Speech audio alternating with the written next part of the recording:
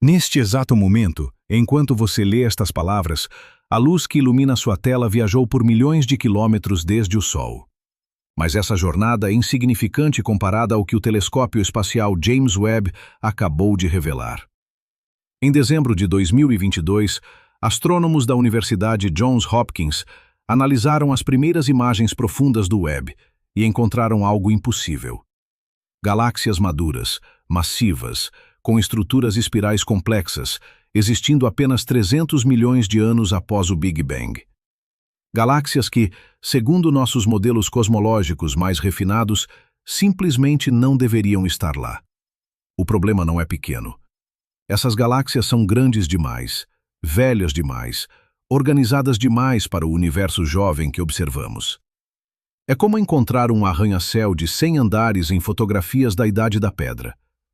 A internet explodiu com manchetes sensacionalistas. Vídeos virais proclamando que o Big Bang foi refutado. Comentaristas afirmando que a ciência estava errada o tempo todo. Canais inteiros dedicados a teorias alternativas, muitas delas misturando física legítima com especulação pseudocientífica. Mas aqui está a verdade que poucos estão dispostos a explorar com honestidade. O que o James Webb revelou não é o colapso da cosmologia moderna. É algo simultaneamente mais sutil e mais profundo. Os dados não destroem o Big Bang. Eles expõem as rachaduras em nossa compreensão de como o universo evoluiu nos seus primeiros momentos. E essas rachaduras podem nos levar a uma revolução científica tão significativa quanto a própria teoria que estamos questionando. Vamos comprimir a história cósmica para entender a magnitude do problema. Imagine que os 13,8 bilhões de anos desde o Big Bang fossem comprimidos em um único ano. Nessa escala, o Big Bang acontece à meia-noite de 1º de janeiro. Durante os primeiros segundos desse ano cósmico, o universo é uma sopa incandescente de partículas fundamentais. As primeiras estrelas não acendem até meados de janeiro. As primeiras galáxias primitivas começam a se formar no final de janeiro. Nossa Via Láctea surge apenas em maio. O Sistema Solar nasce em setembro. Os dinossauros aparecem em 26 de dezembro. Toda a civilização humana, desde as primeiras cidades até os arranha-céus e telescópios espaciais, acontece nos últimos 10 segundos antes da meia-noite de 31 de dezembro. Agora, aqui está o choque. As galáxias que o James Webb fotografou existiam no equivalente a 3 de janeiro nessa escala temporal. 3 dias após o nascimento do universo. Mas não são galáxias primitivas e caóticas. São estruturas com bilhões de estrelas já formadas, com discos espirais organizados, com núcleos densos brilhantes. Para formar uma galáxia assim, você precisa de tempo. Tempo para que nuvens de hidrogênio colapsem sob gravidade. Tempo para que as primeiras estrelas nasçam, vivam e morram em supernovas. Tempo para que esses elementos pesados se espalhem e formem novas gerações de estrelas. Tempo para que trilhões de estrelas se organizem em estruturas coerentes. Nossos modelos diziam que esse processo levaria pelo menos 1 bilhão de anos. Mas o universo tinha apenas 300 milhões de anos quando essas galáxias já estavam maduras. A equipe liderada pela astrofísica Ivo Labé, da Universidade Swinburne, na Austrália, publicou os resultados na revista Nature em fevereiro de 2023. Eles identificaram 6 galáxias candidatas com massas estelares entre 10 bilhões e 100 bilhões de vezes a massa do nosso Sol. Galáxias tão massivas quanto a Via Láctea moderna, mas existindo quando o universo tinha apenas 2% de sua idade atual. A probabilidade dessas estruturas existirem, segundo os modelos padrão de formação galáctica, era menor que 1 em 10 mil. Não é impossível, mas é tão improvável que força os cientistas a reconsiderar suposições fundamentais. Então, o que exatamente está errado? 3 possibilidades emergem dos dados, cada uma com implicações radicalmente diferentes. Primeira possibilidade: nossos modelos de formação estelar estão incompletos. Talvez as primeiras estrelas se formassem muito mais rapidamente do que pensamos. Talvez houvesse mecanismos de colapso gravitacional que ainda não compreendemos, processos que aceleravam dramaticamente a conversão de gás em estrelas nos primeiros milhões de anos após o Big Bang. Segunda possibilidade, a matéria escura se comportava de maneira diferente no universo primitivo. Sabemos que a matéria escura constitui 85% de toda a matéria no cosmos, mas não sabemos exatamente o que ela é. Se suas propriedades mudaram ao longo do tempo cósmico, isso poderia ter acelerado a formação de estruturas no universo jovem. Terceira possibilidade, a mais radical, nossa compreensão da expansão cósmica está incompleta. Não que o Big Bang não tenha acontecido, mas que a taxa de expansão nos primeiros milhões de anos era diferente do que calculamos. Cada uma dessas possibilidades abre portas para territórios inexplorados da física. Mas antes de explorarmos essas fronteiras, precisamos entender o que o James Webb realmente vê quando olha para o passado profundo. O telescópio não viaja no tempo. Ele explora uma propriedade fundamental do universo, a velocidade finita da luz. Quando você olha para o Sol, vê como ele era há 8 minutos, porque a luz leva 8 minutos para cruzar os 150 milhões de quilômetros entre o Sol e a Terra. Quando você olha para a estrela mais próxima, Próxima Centauri, vê como ela era há 4 anos. Quando o Hubble fotografou galáxias distantes, capturou luz que viajou por bilhões de anos. Mas o James Webb foi projetado especificamente para ir mais longe. A diferença está no infravermelho. Conforme o universo se expande, a luz das galáxias distantes é esticada, deslocada para comprimentos de onda mais longos. Esse fenômeno, chamado desvio para o vermelho, transforma a luz visível em luz infravermelha. Quanto mais distante a galáxia, maior o desvio.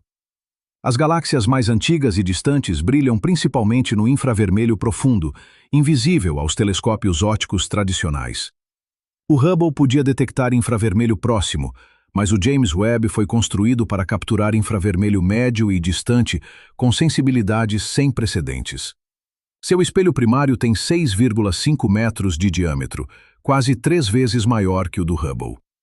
Seus detectores operam a menos 233 graus Celsius, resfriados a temperaturas próximas do zero absoluto, para eliminar ruído térmico. E ele orbita no ponto de Lagrange L2, 1,5 milhão de quilômetros da Terra, protegido da luz solar por um escudo térmico do tamanho de uma quadra de tênis. Quando o Webb apontou seus instrumentos para uma pequena região do céu chamada SMACS 0747, capturou luz de galáxias com desvios para o vermelho superiores a 10. Isso significa que a luz viajou por mais de 13 bilhões de anos. Estamos vendo essas galáxias como eram quando o universo tinha menos de 500 milhões de anos. Mas aqui está o detalhe crucial que a maioria das reportagens ignora. Medir a idade de uma galáxia distante não é simples. Você não pode simplesmente olhar para ela e saber quantos anos tem. Os astrônomos precisam analisar o espectro da luz, decompondo-a em comprimentos de onda individuais como um prisma decompõe luz branca em arco-íris. Diferentes elementos químicos absorvem e emitem luz em comprimentos de onda específicos, criando padrões únicos chamados linhas espectrais. Ao identificar esses padrões, os cientistas determinam a composição química da galáxia, sua taxa de formação estelar e, crucialmente, seu desvio para o vermelho preciso. O problema é que obter espectros de alta qualidade de galáxias extremamente distantes requer tempo de observação extenso. As primeiras imagens de Webb eram principalmente fotométricas, medindo brillo en diferentes filtros infravermelhos, mas en espectros completos. Iso introduce incerteza. Unha galaxia moito distante e jovem pode parecer similar a unha galaxia máis próxima e bella, coberta de poeira. A poeira interestelar absorbe luz azul e ultravioleta, facendo galaxias pareceren máis vermellas do que realmente son. Distinguir entre desvío para o vermello cosmológico e avermellamento por poeira requer análise espectroscópica cuidadosa. Nos meses seguintes ás primeiras descobertas, equipes de astrónomos ao redor do mundo solicitaron tempo de observación no Webb para obter espectros confirmatorios. Algúns candidatos foron confirmados. Outros reveláronse galaxias máis próximas obscurecidas por poeira. Mas mesmo após esa triaxe rigorosa, permaneceron galaxias genuinamente antigas e masivas que desafían unha explicación fácil. En jullo de 2023, a equipe liderada por J. Hankar Taltepe, da Universidade de Rochester, publicou espectros confirmatorios de 4 galaxias masivas con desvíos para o vermello entre 10 e 13. Esas non eran miraxes. Eran estruturas reais, existindo entre 300 e 400 millóns de anos após o Big Bang, con masas estelares comparáveis a galaxias modernas. A confirmación espectroscópica eliminou a posibilidade de erro de medición. O problema era real. O universo estaba producindo galaxias maduras moito máis rapidamente do que nosos modelos prevían. Mas iso non significa que o Big Bang está errado. Significa que nosa comprensión dos procesos que ocorreron após o Big Bang está incompleta. Aquí está a distinción crítica que separa a ciencia de sensacionalismo. O Big Bang non é unha teoría sobre unha explosión en un ponto do espazo. É unha descrición matemática da expansón do espazo-tempo en sí. As evidencias para esa expansão são esmagadoras e independentes. Primeiro, o desvio para o vermelho das galáxias, descoberto por Edwin Hubble em 1929, mostra que galáxias distantes estão se afastando de nós em todas as direções. Quanto mais distante a galáxia, mais rápido ela se afasta. Isso só faz sentido se o próprio espaço está se expandindo. Segundo, a radiação cósmica de fundo em micro-ondas, descoberta acidentalmente por Arno Penzias e Robert Wilson em 1965, é o brilho residual do universo quando tinha apenas 380 mil anos. Essa radiação preenche todo o cosmos com temperatura uniforme de 2,7 graus acima do zero absoluto, exatamente como previsto se o universo começou em um estado quente e denso. Terceiro, as abundâncias de elementos leves, hidrogênio, hélio e lítio, correspondem precisamente às previsões de nucleossíntese primordial, o processo pelo qual esses elementos foram forjados nos primeiros 3 minutos após o Big Bang. Essas 3 linhas de evidência são independentes e convergentes. Elas não dependem de modelos de formação galáctica. Elas testam a própria estrutura da expansão cósmica. As galáxias surpreendentes do James Webb não contradizem essas evidências. Elas contradizem nossos modelos de como a matéria se organizou em estruturas após o Big Bang. É uma distinção sutil, mas fundamental. Imagine que você tem um vídeo mostrando uma árvore crescendo de uma semente até atingir 30 metros de altura. Você sabe que a árvore cresceu. Você tem evidências diretas disso. Mas se alguém lhe mostra uma foto de uma árvore de 30 metros que supostamente tem apenas 5 anos de idade, você não conclui que árvores não crescem. Você conclui que há algo especial sobre essa árvore específica, ou sobre as condições em que ela cresceu, que acelerou seu desenvolvimento. O mesmo princípio se aplica às galáxias do Webb. Então, o que poderia acelerar a formação galáctica no universo primitivo? A resposta pode estar na matéria escura. Sabemos que a matéria escura existe porque observamos seus efeitos gravitacionais. Galáxias giran rápido demais para serem mantidas juntas apenas pela gravidade da matéria visível. Aglomerados de galaxias curvan a luz de obxetos distantes a través de lentes gravitacionais con intensidade que requer moito máis masa do que demos. A estrutura en larga escala do universo, a teia cósmica de filamentos e vacíos, só pode ser explicada se a materia escura forneceu a estrutura gravitacional sobre a cual a materia normal se condensou. Mas non sabemos o que a materia escura é. As partículas candidatas máis populares, chamadas WIMPs, partículas masivas de interacción fraca, nunca foron detectadas a pesar de décadas de experimentos. Teorías alternativas propoen axións, partículas ultraledes ou até modificacións na propia gravidade. E se a materia escura no universo primitivo se comportase de maneira diferente? Modelos padrón asumen que a materia escura é fría, movéndose lentamente en escalas cósmicas, permitindo que estruturas pequenas se formen primeiro e depois se fundan en estruturas maiores. Ese proceso hierárquico leva tempo, mas se a materia escura tivese propiedades diferentes nos primeiros millóns de anos, tal vez interaxindo consigo mesma de maneiras que aínda non comprendemos, podería ter colapsado máis rapidamente en halos densos. Eses halos fornecerían pozos gravitacionais profundos, onde o gas normal podería cair e formar estrelas con eficiencia moito maior. Algúns físicos teóricos están explorando modelos onde a materia escura pasa por transicións de fase no universo primitivo, mudando súas propiedades conforme o cosmos esfría. Esas transicións poderían criar condicións temporarias que aceleran dramáticamente a formación de estruturas. Outra posibilidade envolve as primeiras estrelas, chamadas estrelas de populación 3. Esas estrelas nunca foron observadas directamente porque viveron e morreron bilhões de anos atrás. Mas teorías prevén que eran monstros con masas entre 100 e 1000 veces a masa do Sol, queimando hidroxenio a temperaturas tan altas que súas vidas duraban apenas algúns millóns de anos antes de explodiren en supernovas cataclísmicas.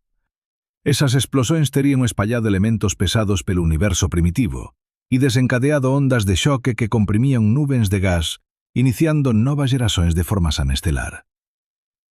Se as estrelas de populación 3 eran máis comuns ou máis masivas do que pensamos, poderían ter acelerado o enriquecimento químico e a formación galáctica. Mas há un problema. Estrelas tan masivas producen principalmente elementos pesados como carbono, oxigênio e ferro. Os espectros das galaxias antigas do Webb mostran asinaturas de elementos máis leves, sugerindo que as primeiras estrelas talvez non fosen tan extremas quanto os modelos prevén. A terceira posibilidade é a máis radical e a máis difícil de testar. E se nosa compreensão da expansão cósmica nos primeiros milhões de anos está ligeiramente errada? Não que o Big Bang não tenha acontecido, mas que a taxa de expansão, descrita pela constante de Hubble, era diferente no universo muito jovem. Já existe uma tensão conhecida na cosmologia moderna, chamada tensão de Hubble. Medições da taxa de expansão atual usando supernovas e outras técnicas locais dão um valor de aproximadamente 70 km por segundo por megaparsec. Mas medições baseadas na radiação cósmica de fundo, que sonda o universo quando tinha 380.000 anos, dão um valor de aproximadamente 67 km por segundo por megaparsec. Essa discrepância de 4% pode parecer pequena, mas é estatisticamente significativa e persiste apesar de medições cada vez mais precisas. Se a expansão cósmica não é perfeitamente uniforme ao longo do tempo, isso poderia afetar quanto tempo estava disponível para a formação de estruturas no universo primitivo. Mas alterar a taxa de expansão tem consequências. A cosmologia moderna é uma tapeçaria intrincadamente tecida, onde cada fio está conectado. Mudar a constante de Hubble afeta a idade do universo, a densidade de matéria e energia, a formação da radiação cósmica de fundo, a nucleossíntese primordial. Qualquer modificação precisa ser consistente com todas essas observações independentes. É como tentar ajustar uma peça de um quebra-cabeça de 1000 peças. Você não pode simplesmente forçá-la. Ela precisa se encaixar perfeitamente com todas as peças adjacentes. Físicos teóricos estão explorando modelos onde campos de energia adicionais, às vezes chamados de energia escura primordial, afetavam a expansão nos primeiros milhões de anos de maneiras que não deixaram traços detectáveis em observações posteriores. Esses modelos são especulativos e requerem física além do modelo padrão. Mas não são pseudociência. São hipóteses testáveis que fazem previsões específicas sobre o que futuras observações deveriam revelar. O que torna essa situação tão fascinante cientificamente é que estamos testemunhando o método científico em ação em tempo real. Ciência não é um conjunto de verdades imutáveis. É um processo de refinamento contínuo, onde observações inesperadas forçam revisões de modelos teóricos. As galáxias do James Webb não destroem a cosmologia. Elas a desafiam a evoluir. E esse desafio está gerando uma explosão de criatividade científica. Equipes ao redor do mundo estão desenvolvendo simulações computacionais mais sofisticadas, incorporando física de formação estelar em escalas menores, testando diferentes modelos de matéria escura, explorando como campos magnéticos e turbulência afetam o colapso de nuvens de gás. Cada simulação faz previsões específicas sobre o que o Webb deveria observar em diferentes comprimentos de onda e diferentes épocas cósmicas. E o Webb está apenas começando. Nos próximos anos, observará milhares de galáxias primitivas com espectroscopia detalhada. Medirá suas taxas de formação estelar, suas composições químicas, suas estruturas morfológicas. Procurará os primeiros buracos negros supermassivos, que apresentam seu próprio quebra-cabeça. Alguns quasares, núcleos galácticos extremamente brilhantes alimentados por buracos negros com bilhões de massas solares, já existiam quando o universo tinha menos de 1 bilhão de anos. Como buracos negros tão massivos se formaram tão rapidamente? Cresceram a partir de sementes menores, ou nasceram já grandes através de colapsos diretos de nuvens de gás gigantescas? As observações do Webb estão começando a responder essas perguntas, e as respostas estão revelando um universo primitivo muito mais dinâmico e complexo do que imaginávamos. Há também a possibilidade intrigante de que algumas dessas galáxias aparentemente antigas sejam, na verdade, algo completamente diferente. Astrônomos identificaram candidatos a objetos que parecem galáxias massivas, mas cujos espectros mostram características incomuns. Alguns têm linhas de emissão extremamente brilhantes, sugerindo taxas de formação estelar explosivas. Outros mostram evidências de populações estelares muito jovens, misturadas com estrelas aparentemente velhas, um padrão difícil de explicar com modelos convencionais. É possível que estejamos observando modos de formação galáctica que não existem no universo moderno, processos que só ocorriam nas condições extremas do cosmos primitivo. Se for esse o caso, o Webb não está apenas testando nossos modelos. Está nos mostrando fenômenos que nunca previmos. Mas antes de explorarmos esses fenômenos desconhecidos, precisamos entender exatamente o que significa dizer que uma galáxia é massiva demais para sua idade. Porque aqui reside um dos mal-entendidos mais comuns sobre as descobertas do Webb. Quando astrônomos dizem que uma galáxia tem 100 bilhões de massas solares, não estão falando sobre o peso da galáxia. Estão falando sobre quantas estrelas ela contém. E aqui está o problema fundamental que os modelos cosmológicos enfrentam. Para formar uma estrela, você precisa de uma nuvem de gás que colapsa sob sua própria gravidade. Esse processo não é instantâneo. Uma nuvem típica de hidrogênio molecular leva milhões de anos para colapsar até densidades suficientes para iniciar fusão nuclear. Depois que a estrela nasce, ela vive por um período que depende de sua massa. Estrelas pequenas como anãs vermelhas podem viver trilhões de anos. Estrelas como o Sol vivem cerca de 10 bilhões de anos. Estrelas massivas queimam seu combustível em apenas alguns milhões de anos. Agora multiplique esse processo por 100 bilhões de vezes, porque é isso que você precisa para construir uma galáxia massiva. 100 bilhões de nuvens de gás colapsando, 100 bilhões de estrelas nascendo. E tudo isso precisa acontecer de forma coordenada o suficiente para que as estrelas não se dispersem pelo espaço, mas permaneçam gravitacionalmente ligadas em uma estrutura coerente. Os modelos padrão de formação galáctica assumem que esse processo é limitado por vários fatores físicos. Primeiro, a taxa na qual o gás pode esfriar e colapsar. Gás quente se move rapidamente, e movimento térmico contrabalança o colapso gravitacional. Para formar estrelas eficientemente, o gás precisa irradiar sua energia térmica e esfriar. No universo primitivo, antes que elementos pesados existissem, o resfriamento era menos eficiente porque hidrogênio e hélio puros não irradiam energia tão facilmente quanto moléculas complexas. Segundo, a retroalimentação estelar. Quando estrelas massivas explodem em supernovas, elas ejetam material a velocidades de milhares de quilômetros por segundo. Essas explosões aquecem o gás circundante e podem até expulsá-lo completamente da galáxia, interrompendo a formação de novas estrelas. Esse processo de autorregulação significa que galáxias não podem converter todo o seu gás em estrelas instantaneamente. Elas precisam de múltiplos ciclos de formação estelar, resfriamento e colapso. Terceiro, o tempo de fusão. Galáxias não crecem isoladamente. Elas se funden con outras galaxias, combinando súas populacións estelares. Mas fusóns levan tempo. Dúas galaxias en rota de colisão poden levar centenas de millóns de anos para completar a fusão, pasando unha pela outra varias veces antes de finalmente se uniren.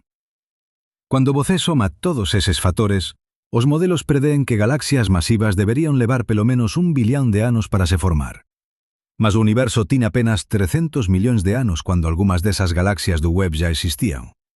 Iso significa que pelo menos un deses factores limitantes non estaba funcionando como pensábamos. Aquí está onde a física se torna realmente interesante. En outubro de 2023, unha equipe liderada por Ivo Labé publicou análises detalladas de unha galaxia específica catalogada como CEERS 2935.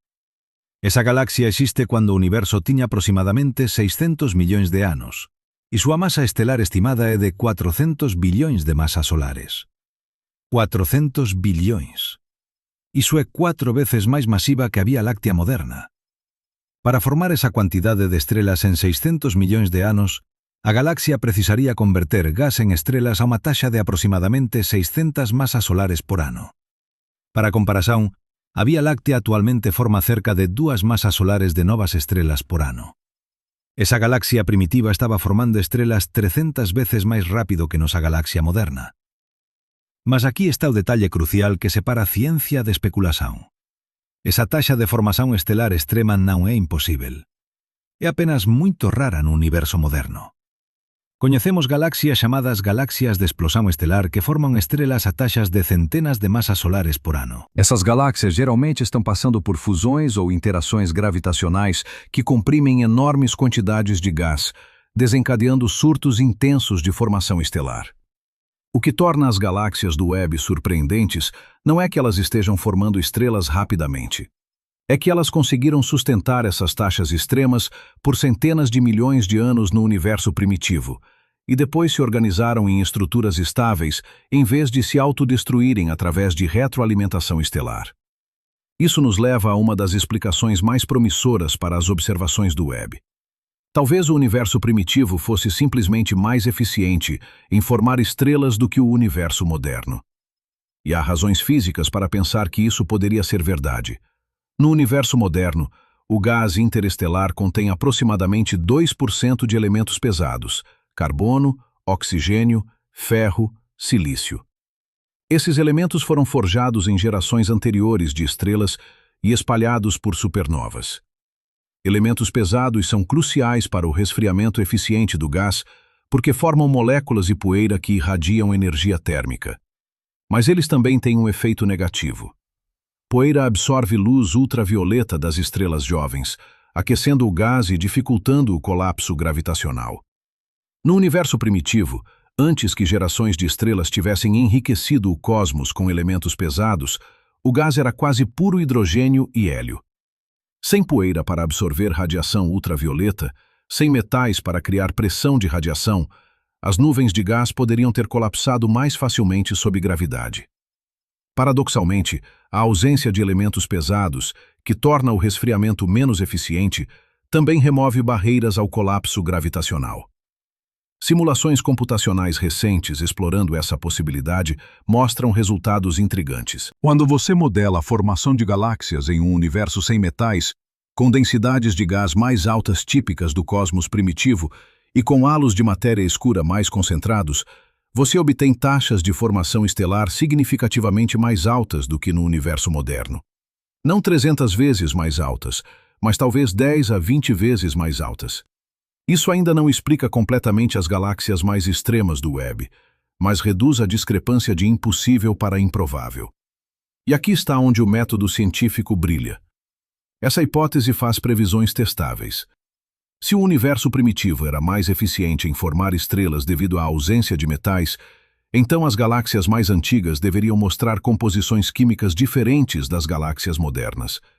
Especificamente, deveriam ter menos carbono, oxigênio e ferro em relação ao hidrogênio. O Webb pode testar isso. Seus espectrógrafos podem medir as abundâncias de elementos em galáxias distantes com precisão sem precedentes. E os primeiros resultados estão chegando. Em março de 2024, uma equipe liderada por Roberto Maiolino, da Universidade de Cambridge, publicou espectros de uma galáxia chamada GNZ11, existindo quando o universo tinha aproximadamente 400 milhões de anos.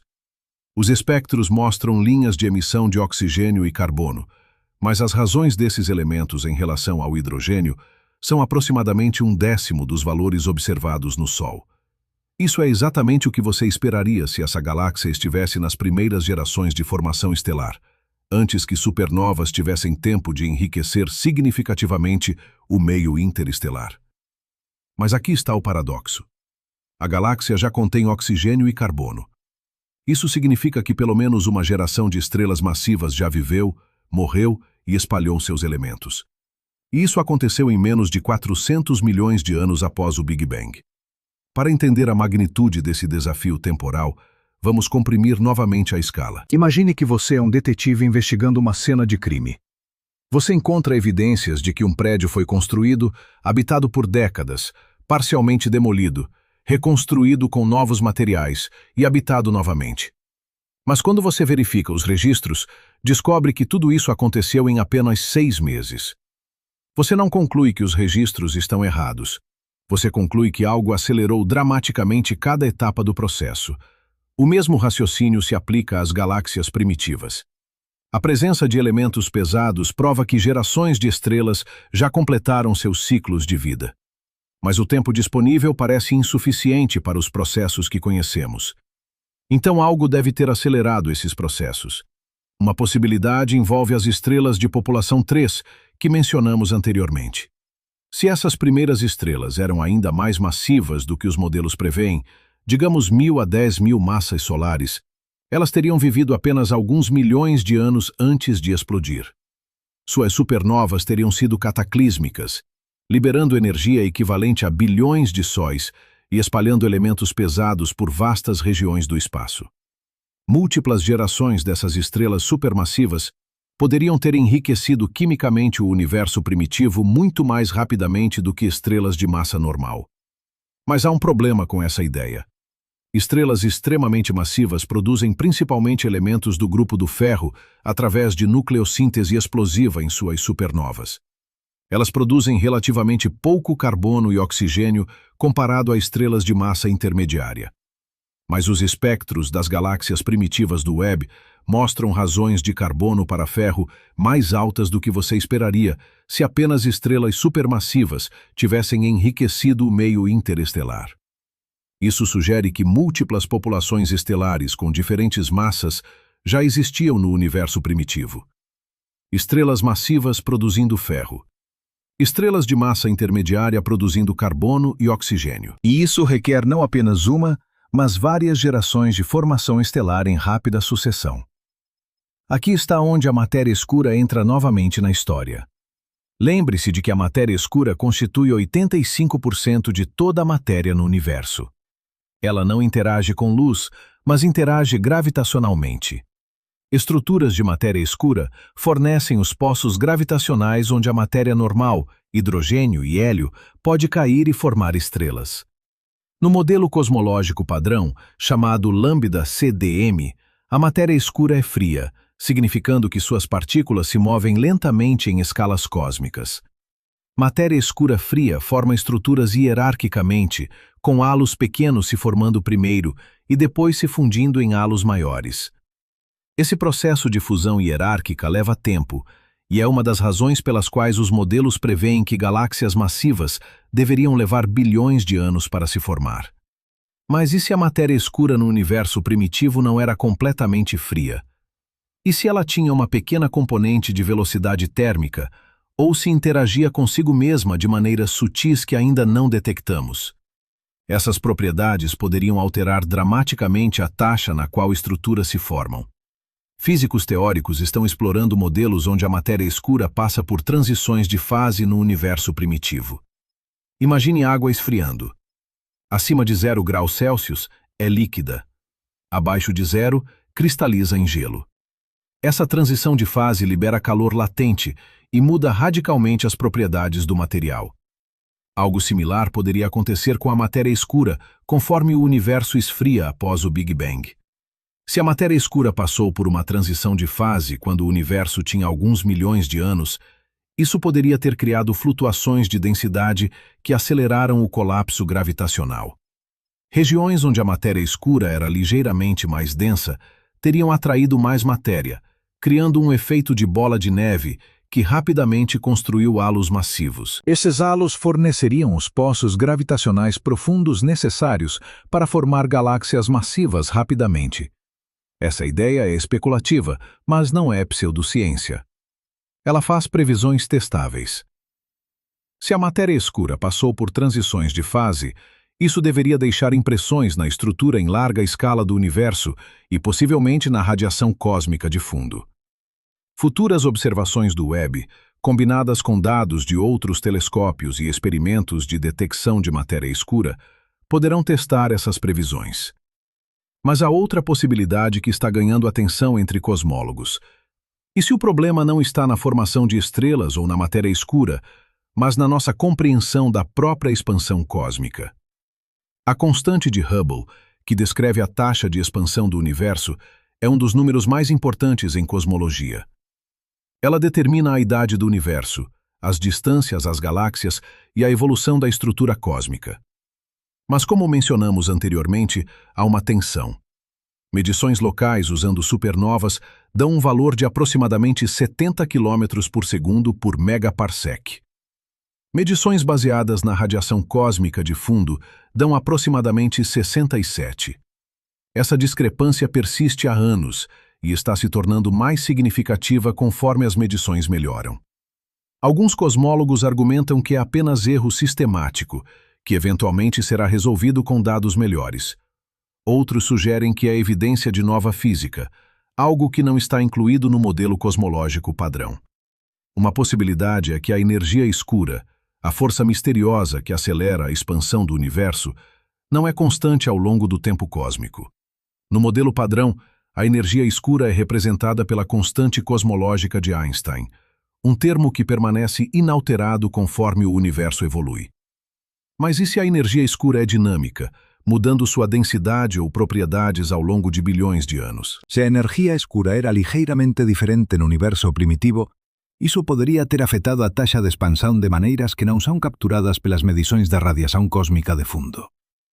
Especificamente, se a expansão era ligeiramente mais lenta nos primeiros bilhões de anos, isso teria dado mais tempo para estruturas se formarem. Mais tempo significa mais gerações de estrelas, mais fusões galácticas, mais oportunidades para construir galáxias massivas. Mas alterar a taxa de expansão não é trivial. A cosmologia é um sistema altamente interconectado. Mudar a constante de Hubble afeta a nucleosíntese primordial, a formação da radiação cósmica de fundo, a evolução de estruturas em larga escala. Qualquer modificação precisa ser consistente com todas essas observações independentes. Físicos teóricos están desenvolvendo modelos onde campos escalares adicionais, ás veces chamados de quintesencia ou enerxía escura primordial, afetaban a expansão no universo primitivo de maneiras que deixaron apenas trazos sutís en observações posteriores. Eses modelos son matematicamente complexos e requeren ajustes finos de parámetros. Mas eles non son imposíveis. O que torna esa situación tan fascinante que estamos testemunhando ciencia de fronteira en tempo real. As galaxias do web non son anomalías que poden ser ignoradas. Elas son observações robustas, confirmadas por múltiplas equipes usando diferentes métodos. Elas forzan os cientistas a reconsiderar suposições fundamentais sobre como o universo evoluiu. E aquí está o ponto crucial que separa a ciencia de dogma. Cuando confrontados con dados que contradicen modelos existentes, os cientistas non descartan os dados, eles revisan os modelos. Eles desenvolven novas hipóteses. Eles proxetan novos experimentos. Eles testan previsões. Ese proceso pode ser lento e ás veces frustrante, mas é exatamente como o coñecimento científico avanza. As galaxias do James Webb non destroem o Big Bang. Elas desafiam nossa compreensão dos processos que ocorreram após o Big Bang.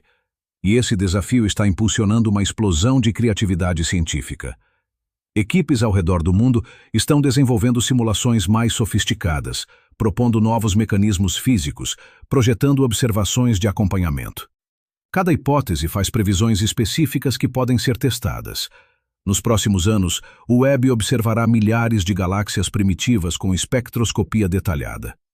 Medirá suas composições químicas, suas taxas de formação estelar, suas estruturas morfológicas.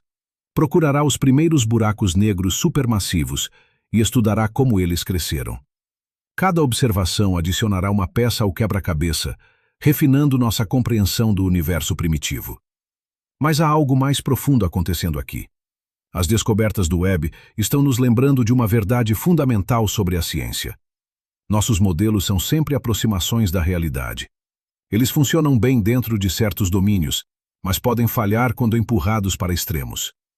O universo primitivo é um desses extremos, um regime de densidades, temperaturas e energias que nunca poderemos replicar em laboratório. Quando observamos galáxias que existiam 300 milhões de anos após o Big Bang, estamos testando física em condições que nunca experimentamos diretamente. Não é surpreendente que encontremos surpresas. O surpreendente seria se tudo se comportasse exatamente como nossos modelos prevêem. E aqui está onde a história se torna ainda mais interessante. porque as galáxias massivas não são a única surpresa que o Webb revelou. Há também os buracos negros supermassivos. No centro de quase todas as grandes galáxias, incluindo a Via Láctea, reside um buraco negro supermassivo. Esses monstros gravitacionais contêm milhões a bilhões de vezes a massa do Sol, comprimidos em regiões menores que o Sistema Solar. Eles são tão densos que nada, nem mesmo luz, pode escapar de seus horizontes de eventos. Buracos negros supermassivos não são apenas curiosidades cósmicas.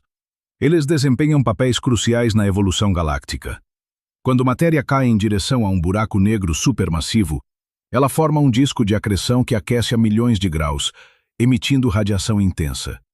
Essa radiação pode aquecer e expulsar gás da galáxia hospedeira, regulando a formação estelar. Jatos de partículas relativísticas lançados pelos polos do buraco negro podem se estender por milhões de anos-luz, moldando a estrutura em larga escala do cosmos. Mas aqui está o problema. Alguns quasares, núcleos galácticos extremamente brilhantes alimentados por buracos negros supermassivos, já existiam quando o universo tinha menos de 1 bilhão de anos. O quasar mais distante conhecido, J0313-1806, existe quando o universo tinha apenas 670 milhões de anos. E seu buraco negro central contém aproximadamente 1 bilhão e 600 milhões de massas solares. Como um buraco negro tão massivo se formou tão rapidamente? Buracos negros crescem acretando matéria ou fundindo-se com outros buracos negros. Mas ambos os processos levam tempo. Há um limite físico, chamado limite de Eddington, para quão rapidamente um buraco negro pode acretar matéria. Se a taxa de acreção excede esse limite, a pressão de radiação do material aquecido empurra a matéria para longe, interrompendo o crescimento. Para formar um buraco negro de 1 bilhão e 600 milhões de massas solares em 670 milhões de anos, você precisa começar com uma semente massiva e acretar matéria continuamente no limite de Eddington. Mas de onde vêm as sementes? Buracos negros estelares, formados pelo colapso de estrelas massivas, contêm apenas dezenas de massas solares. Crescer de dezenas para bilhões de massas solares em 670 milhões de anos requer taxas de acreção que excedem o limite de Eddington por fatores significativos. Uma possibilidade é que as sementes eram muito mais massivas do que buracos negros estelares. Talvez no universo primitivo, nuvens de gás gigantescas colapsassem diretamente em buracos negros de milhares ou até milhões de massas solares, sem passar pela fase estelar. Esses colapsos diretos requerem condições especiais. O gás precisa ser extremamente puro, sem elementos pesados que permitiriam resfriamento eficiente e fragmentação em estrelas. E a nuvem precisa ser massiva o suficiente para que a gravidade supere a pressão térmica antes que a formação estelar comece. Simulações mostram que essas condições poderiam ter existido em halos de matéria escura, especialmente massivos no universo primitivo. Mas são raras. Apenas uma pequena fração de halos teria as propriedades certas para colapso direto.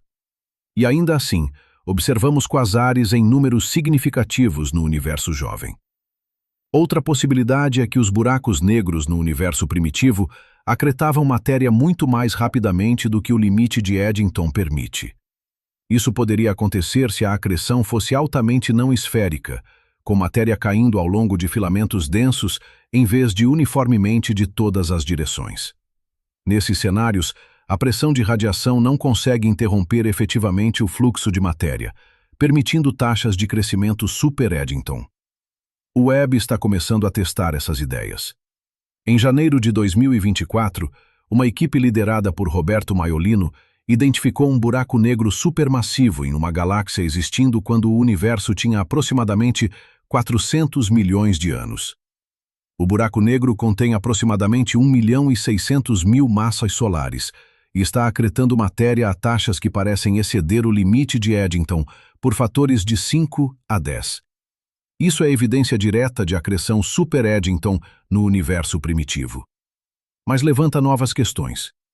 Como a galáxia hospedeira sobrevive a essa acreção extrema? A radiação intensa do buraco negro deveria aquecer e expulsar o gás, interrompendo tanto a acreção quanto a formação estelar. Mas a galáxia está formando estrelas ativamente, sugerindo que algum mecanismo está protegendo o gás da radiação do buraco negro. Aqui está onde a física se torna verdadeiramente complexa. Buracos negros supermassivos e suas galáxias hospedeiras não evoluem independentemente. Eles coevoluem, influenciando-se mutuamente através de processos de retroalimentação. A radiação e os jatos do buraco negro afetam a formação estelar na galáxia. A formação estelar na galáxia fornece gás que alimenta o buraco negro. Entender essa coevolução requer modelar física em escalas que variam de horizontes de eventos de buracos negros, alguns bilhões de quilômetros, até galáxias inteiras, centenas de milhares de anos-luz. Nenhuma simulação computacional pode capturar toda essa gama de escalas com resolução completa. Os cientistas precisam fazer aproximações, focando em processos específicos enquanto parametrizam outros. E essas aproximações introduzem incertezas. Diferentes equipes usando diferentes aproximações obtêm resultados diferentes, e reconciliar essas diferenças requer observações detalhadas que possam distinguir entre modelos. O Webb está fornecendo essas observações. Seus espectrógrafos podem medir as velocidades do gás ao redor de buracos negros supermassivos, revelando como a gravidade e a radiação afetam o movimento do material. Seus imageadores podem resolver estruturas em galáxias hospedeiras, mostrando onde a formação estelar está ocorrendo em relação ao buraco negro central. Cada observação adiciona restrições aos modelos teóricos, eliminando algumas possibilidades e fortalecendo outras. Mas aqui está o que torna essa ciência tão desafiadora e tão emocionante. Cada resposta gera novas perguntas. Cada observação revela complexidades que não previmos. O universo primitivo não está se comportando como um sistema simples que podemos descrever com algumas equações. Está se revelando como um ecossistema complexo, onde múltiplos processos físicos interagem de maneiras não lineares. E isso nos leva de volta à questão central. O James Webb destruiu a teoria do Big Bang? A resposta é um não definitivo. O Big Bang não é uma teoria sobre galáxias ou buracos negros. É uma descrição da expansão do espaço-tempo, fundamentada em evidências independentes e convergentes. As observações do Webb não contradizem essas evidências. Elas contradizem nossos modelos de como a matéria se organizou em estruturas após o Big Bang. Essa distinção é crucial. Modelos de formação galáctica são construídos sobre o framework do Big Bang, mas não são o próprio Big Bang. Eles incorporam física adicional, formação estelar, retroalimentação, dinâmica de gás, que é menos bem compreendida que a expansão cósmica fundamental. Quando esses modelos falham, não significa que o framework está errado. Significa que a física adicional precisa ser refinada. E aqui está o que os dados realmente revelam. O universo primitivo era mais dinâmico, mais eficiente em formar estruturas e mais complexo do que nossos modelos previam. Galáxias se formaram mais rapidamente, buracos negros cresceram mais rapidamente, elementos químicos se espalharam mais rapidamente. Esses processos acelerados não violam leis físicas fundamentais. Eles apenas operam em regimes extremos que ainda não compreendemos completamente. Nos próximos anos, conforme o Webb acumula mais dados, nossa compreensão do universo primitivo será transformada.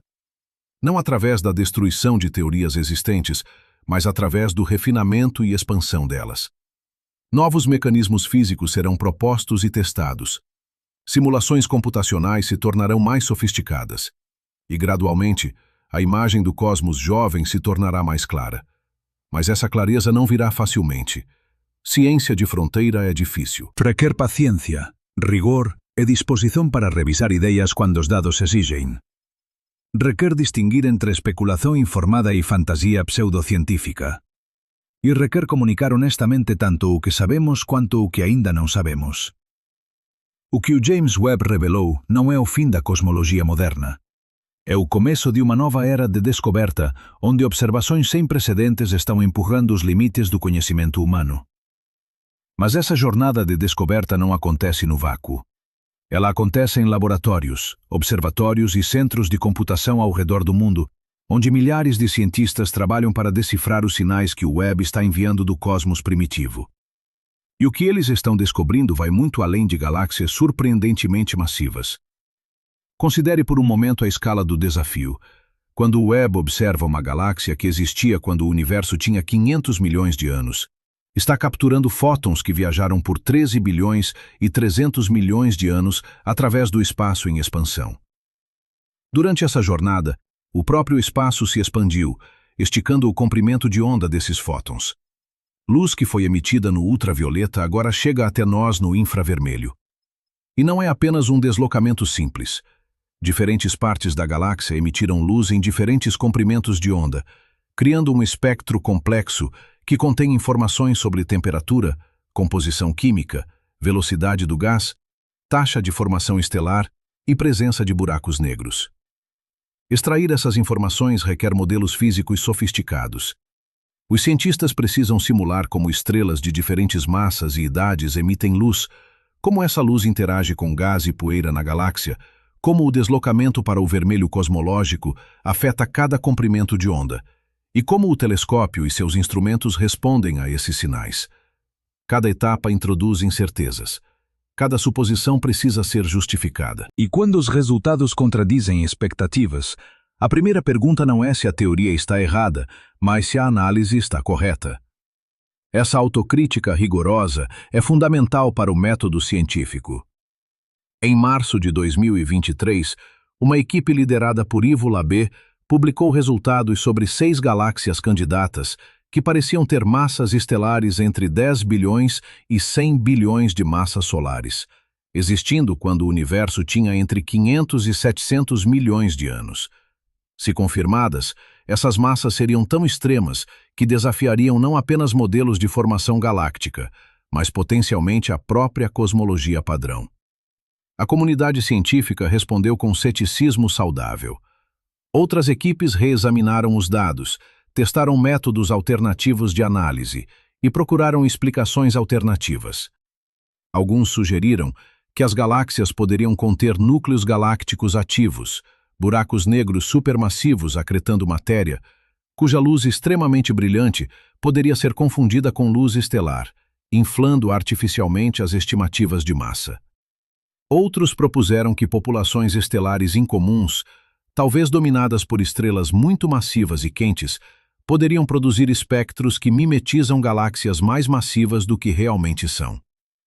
Ao longo de 2023 e 2024, observações espectroscópicas de acompanhamento começaram a resolver essas ambiguidades. Algumas das galáxias candidatas foram confirmadas como genuinamente massivas e antigas. Outras revelaram-se menos extremas do que as estimativas iniciais sugeriam. E algumas mostraram características tão incomuns que desafiam classificação simples. Aqui está um exemplo fascinante. Uma galáxia catalogada como Hades GSZT13C, observada quando o universo tinha aproximadamente 330 milhões de anos, mostra evidências de uma população estelar extremamente jovem, com idade de apenas alguns milhões de anos, mas também sinais de enriquecimento químico que normalmente requeriam gerações anteriores de estrelas. Como isso é possível? Uma explicação envolve o conceito de formação estelar em explosões. Em vez de formar estrelas continuamente a taxas moderadas, algumas galáxias primitivas podem ter experimentado episódios intensos de formação estelar, criando milhões de estrelas em períodos de apenas alguns milhões de anos, seguidos por períodos de quiescencia.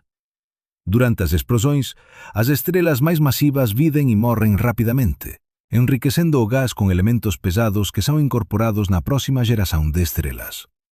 Esse processo pode produzir enriquecimento químico rápido sem requerer longas histórias de formação estelar.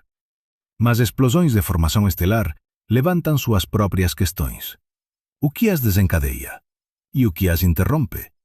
No universo moderno, explosões de formação estelar frequentemente resultam de fusões galácticas, onde a colisão de duas galáxias comprime nuvens de gás, iniciando formação estelar intensa. Mas no universo primitivo, galáxias eram menores e mais numerosas, tornando fusões mais comuns.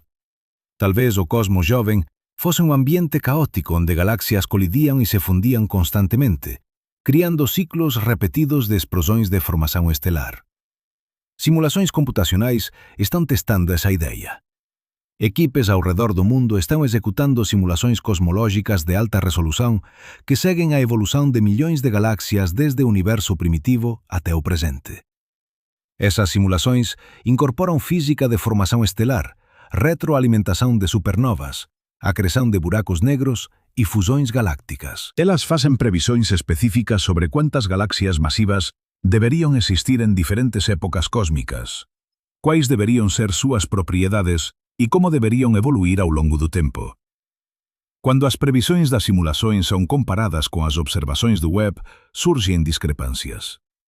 As simulações geralmente subestimam o número de galáxias massivas no universo primitivo por fatores de 3 a 10. Isso não significa que as simulações estão completamente erradas. Significa que estão perdendo física importante. Uma possibilidade é que as simulações não estão capturando adequadamente a eficiência da formação estelar no universo primitivo. Formação estelar é um processo complexo que ocorre em escalas muito menores do que as simulações cosmológicas podem resolver diretamente.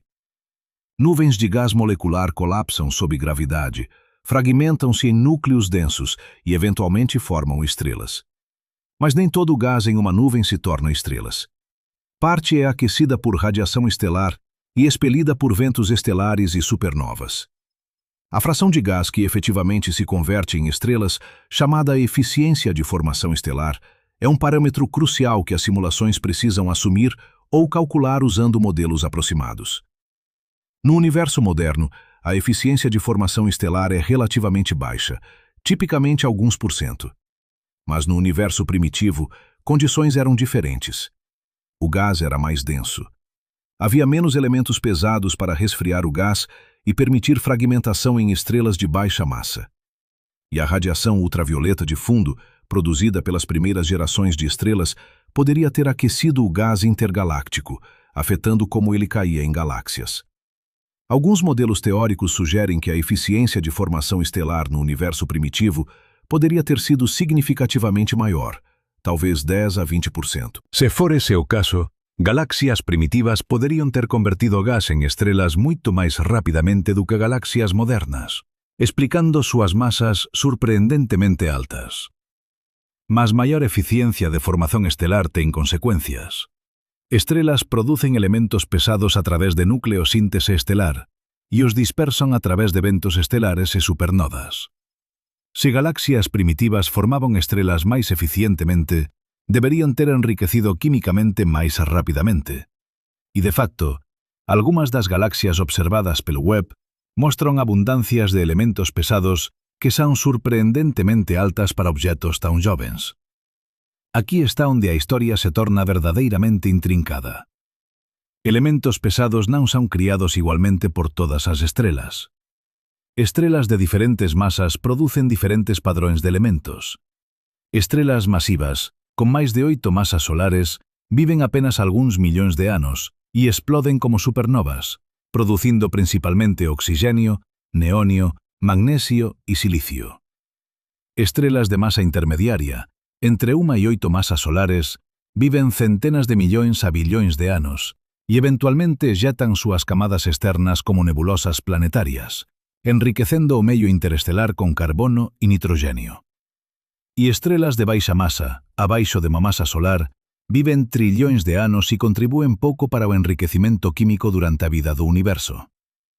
A proporción de elementos pesados en unha galaxia, por tanto, depende non apenas de cuánta formación estelar ocorreu, mas tamén da distribuición de masas estelares, chamada función de masa inicial. No universo moderno, a función de masa inicial favorece estrelas de baixa masa. Para cada estrela de 10 masas solares, há centenas de estrelas de unha masa solar. Mas no universo primitivo, con menos elementos pesados para resfriar nubes de gas, a fragmentación pode ter sido menos eficiente, favorecendo estrelas máis masivas. Se as primeiras xerações de estrelas eran predominantemente masivas, terían enriquecido o universo primitivo rapidamente con oxígeno e outros elementos producidos en supernovas. E, de fato, espectros de algunhas galaxias primitivas mostran razóns de oxígeno para carbono que son máis altas do que en galaxias modernas, consistente con enriquecimento dominado por supernovas. Mas aquí está o paradoxo. Estrelas massivas também produzem radiação ultravioleta intensa que ioniza hidrogênio ao seu redor, criando regiões de hidrogênio ionizado chamadas regiões H2. Essas regiões emitem linhas de emissão características que os espectrógrafos do Webb podem detectar. A intensidade dessas linhas depende da taxa de formação estelar e da população estelar. E quando os cientistas analisam essas linhas em galáxias primitivas, encontram algo inesperado.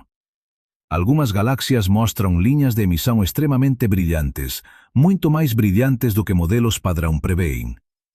As linhas são tão intensas que sugerem que uma fração significativa da luz da galáxia vem de gás ionizado, não de estrelas. Isso poderia indicar taxas de formação estelar explosivas, onde estrelas massivas estão se formando tão rapidamente que a radiação ionizante domina a emissão total. Ou poderia indicar algo mais exótico.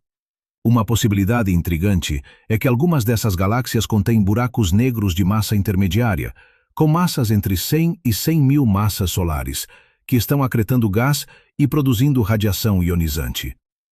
Buracos negros de massa intermediária são objetos hipotéticos que preencheriam a lacuna entre buracos negros estelares e buracos negros supermassivos. Eles nunca foram detectados conclusivamente, mas teorias sugerem que poderiam se formar através do colapso direto de nuvens de gás massivas, ou através da fusão de múltiplos buracos negros estelares em aglomerados estelares densos. Se buracos negros de masa intermediaria existían no universo primitivo, podrían ter servido como sementes para buracos negros supermasivos, resolvendo o problema de como buracos negros de bilhões de masas solares se formaron tan rapidamente. E súa radiación podería ter afectado a formación estelar en súas galaxias hospedeiras, criando os padrões incomúns de emisión que o Webb está observando. Testar esa hipótese requer observaciones espectroscópicas de alta resolución que posan medir as velocidades do gas ao redor deses posíveis buracos negros. Se o gas está orbitando un obxecto masivo compacto, súas velocidades revelarán a masa do obxecto central. O Webb ten a capacidade de facer esas medições, e varias equipes están actualmente analizando dados de galaxias candidatas. Mas aquí está onde a física se torna verdadeiramente desafiadora. Distinguir entre diferentes fontes de ionización, formación estelar intensa versus acreción de buraco negro, requer modelos detallados de como a radiación interage con o gas. E eses modelos dependen de parámetros que non son ben coñecidos para o universo primitivo. Por exemplo, a metalicidade do gas, a frazón de elementos máis pesados que hidrogenio e helio, afecta como o gas resfría e como absorbe radiación. Gas con baixa metalicidade resfría menos eficientemente, permanecendo máis quente e máis ionizado. Iso afecta as intensidades relativas de diferentes liñas de emisión. Mas medir a metalicidade requer observar múltiplas liñas de emisión e comparalas con modelos teóricos. E diferentes modelos, usando diferentes suposicións sobre densidade do gas, temperatura e geometría, poden producir resultados diferentes. Esa incerteza non é unha falla da ciencia. É unha característica inherente de estudar obxectos tan distantes e tan diferentes de cualquier coisa no universo moderno. Os cientistas están empurrando os limites do que é observacionalmente posível e teoricamente compreensível. E nesse processo, estão descobrindo que o universo primitivo não se encaixa em categorias simples. Considere a questão da morfologia galáctica. No universo moderno, galáxias vêm em duas categorias principais. Galáxias espirais, como a Via Láctea, com discos rotativos de estrelas e gás, e galáxias elípticas, com distribuições esferoidais de estrelas mais velhas e pouco gás. Essa dicotomia reflete diferentes histórias evolutivas. Galáxias espirais formaram-se através de acreção gradual de gás que se estabeleceu em discos rotativos. Galáxias elípticas formaram-se através de fusões violentas que destruíram estruturas de disco e aqueceram o gás, interrompendo a formação estelar. Mas quando o Webb observa galáxias no universo primitivo, encontra morfologias que não se encaixam nessas categorias. Muitas galáxias primitivas são compactas e irregulares, com múltiplos nódulos brilhantes de formação estelar. Algumas mostram evidências de discos, mas os discos são espessos e turbulentos, não finos e ordenados como discos de galáxias espirais modernas. E algumas parecem estar em processo de fusão, com múltiplos componentes gravitacionalmente ligados, mas ainda não completamente fundidos. Essa diversidade morfológica sugere que a formação galáctica no universo primitivo era um processo caótico e dinâmico. Galáxias não nasciam com morfologias bem definidas. Elas cresciam através de múltiplos episódios de acreção de gás, fusões com galáxias vizinhas e explosões de formação estelar. E ao longo de bilhões de anos, através de processos que ainda não compreendemos completamente, algumas evoluíram para as galáxias espirais e elípticas ordenadas que vemos hoje. Mas aqui está o que torna essa evolução tão difícil de modelar. Cada processo físico opera em escalas diferentes e interage com outros processos de maneiras não lineares. A acreção de gás alimenta a formação estelar. Formação estelar produz supernovas que aquecem e expelem gás. Gas expelido pode cair de volta na galáxia, reiniciando formación estelar. Buracos negros supermasivos acretan gas e producen jatos que afectan a galaxia hospedeira e o medio intergaláctico circundante. E fusões galácticas desencadeian explosões de formación estelar e crecimento de buracos negros. Capturar todas esas interacciones en unha única simulación é computacionalmente imposible con a tecnoloxía actual. Os cientistas precisan facer escollas sobre quais procesos modelar en detalle e quais aproximar usando prescricións simplificadas. E esas escollas afectan os resultados. Diferentes grupos de pesquisa usan diferentes códigos de simulación con diferentes aproximacións. Algúns focan en resolver a dinámica do gas en alta resolución, capturando turbulencia e formación de estruturas en pequena escala. Outros focan en seguir grandes volumes do universo, capturando a formación de moitas galaxias mas con menos resolución en cada galaxia individual. E cuando os resultados desas diferentes abordaxes son comparados, frecuentemente divergen, especialmente para galaxias no universo primitivo, onde as condicións son máis extremas. Reconciliar esas divergencias requer observacións que posan distinguir entre previsóns de diferentes modelos. E o web está fornecendo esas observacións.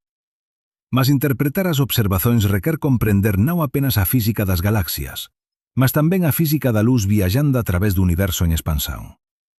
Aquí está un exemplo sutil, mas importante.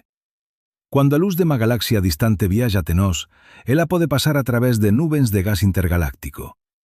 Ese gas absorbe luz en comprimentos de onda específicos, criando liñas de absorción no espectro da galaxia.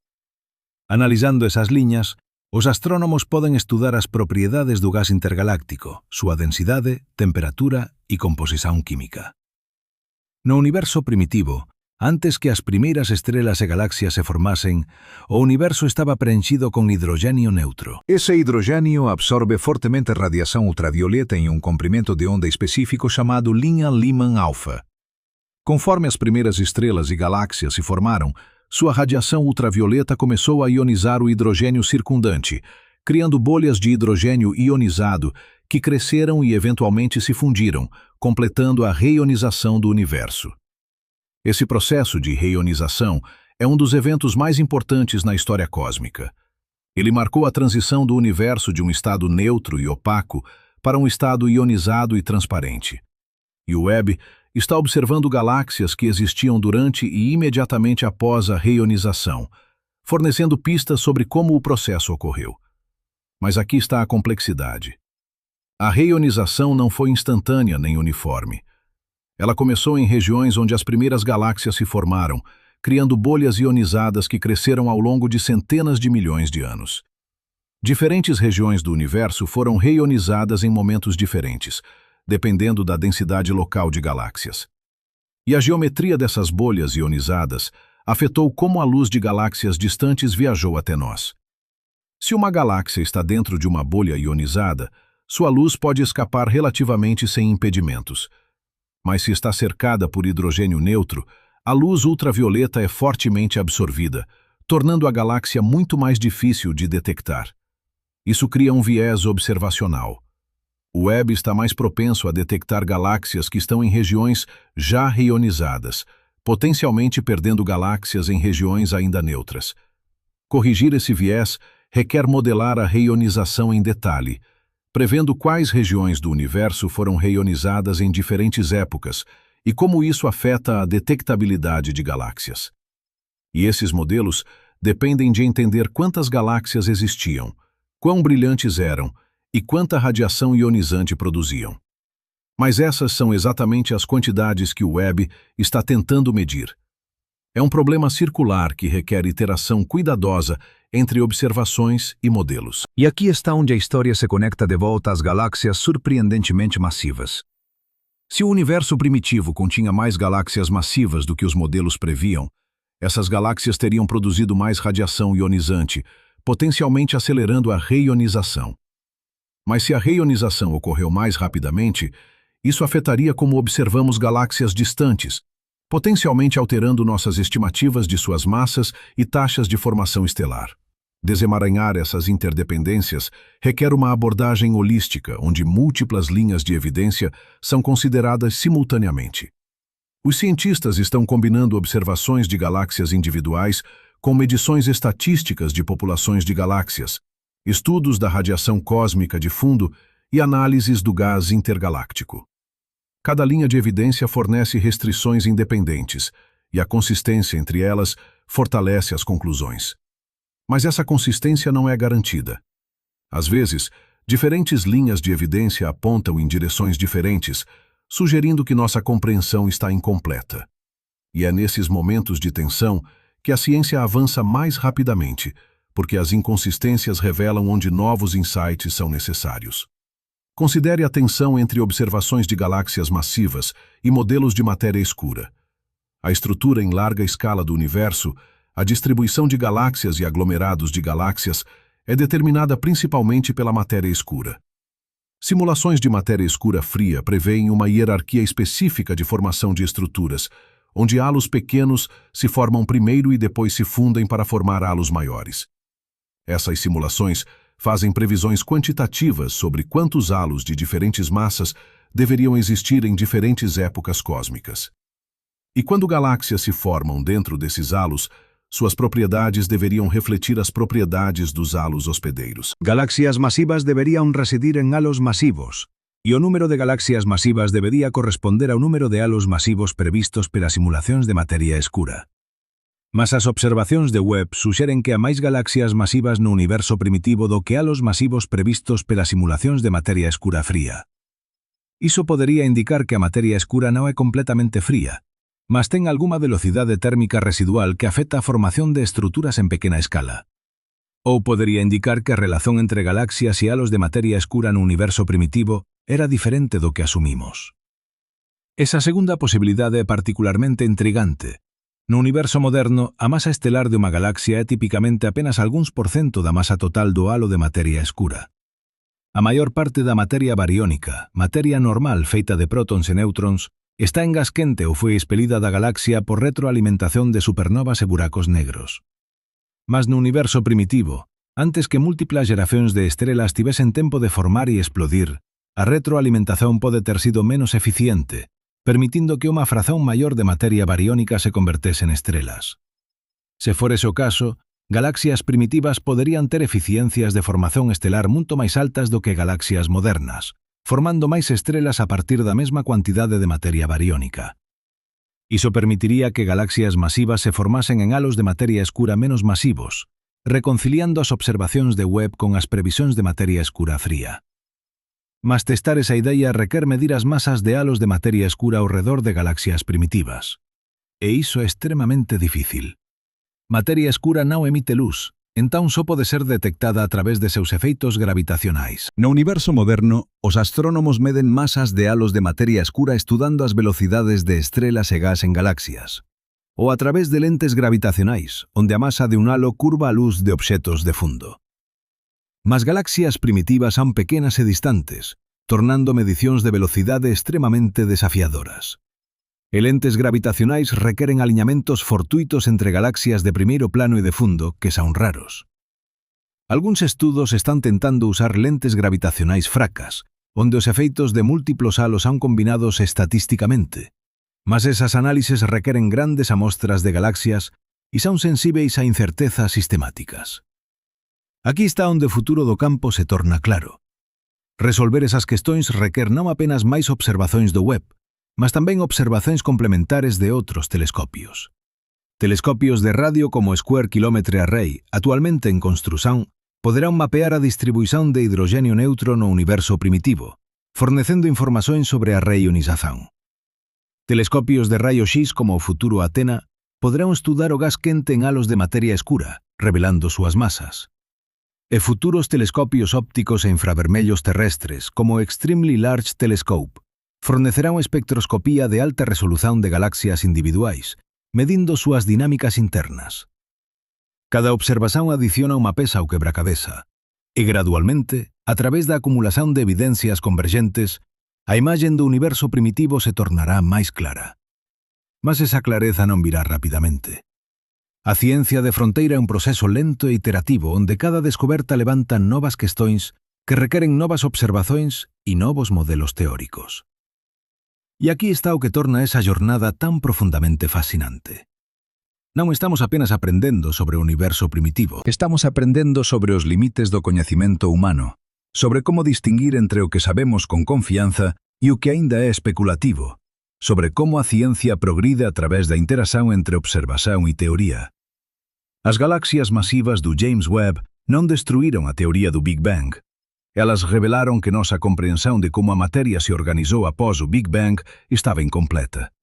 E essa revelação não é uma falha. É uma oportunidade. Uma oportunidade para refinar modelos, testar novas ideias e empurrar os limites do que é possível observar e compreender.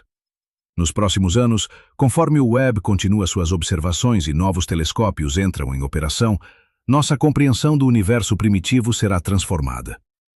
Não através da destruição de teorias fundamentais, mas através do refinamento e expansão delas.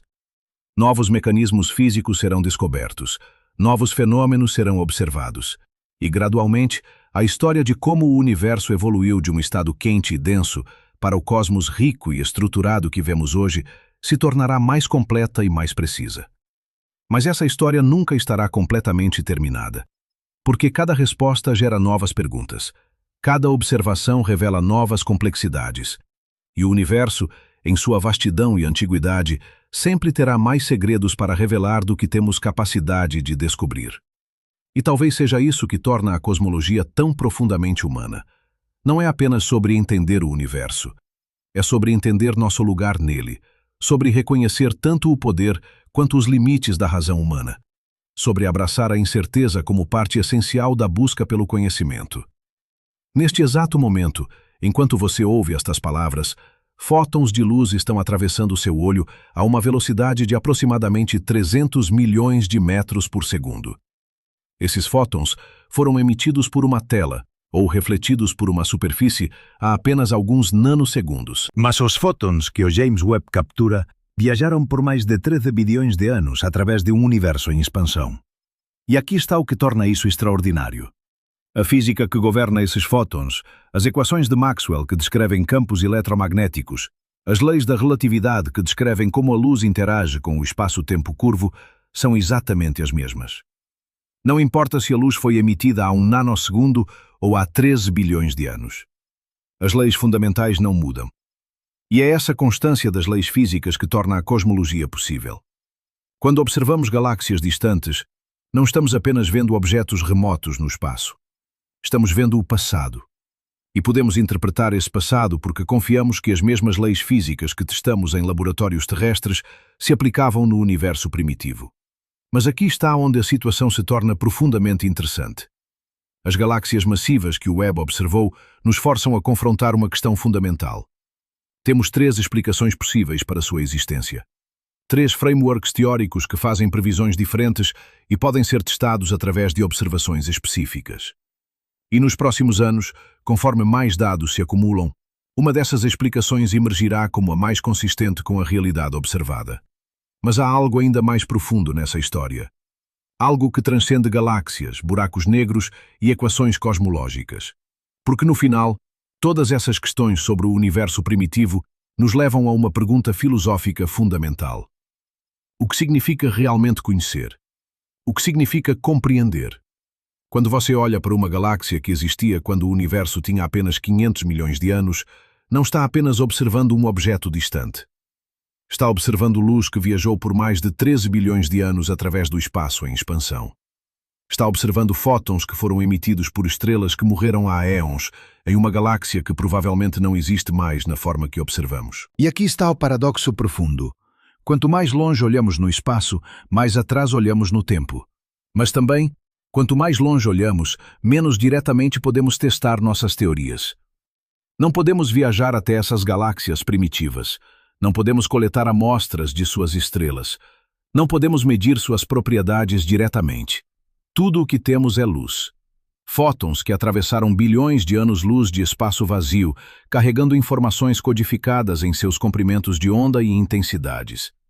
E a partir desses fótons, tentamos reconstruir a história completa de como o universo evoluiu. É como tentar entender uma civilização antiga a partir de alguns fragmentos de cerâmica.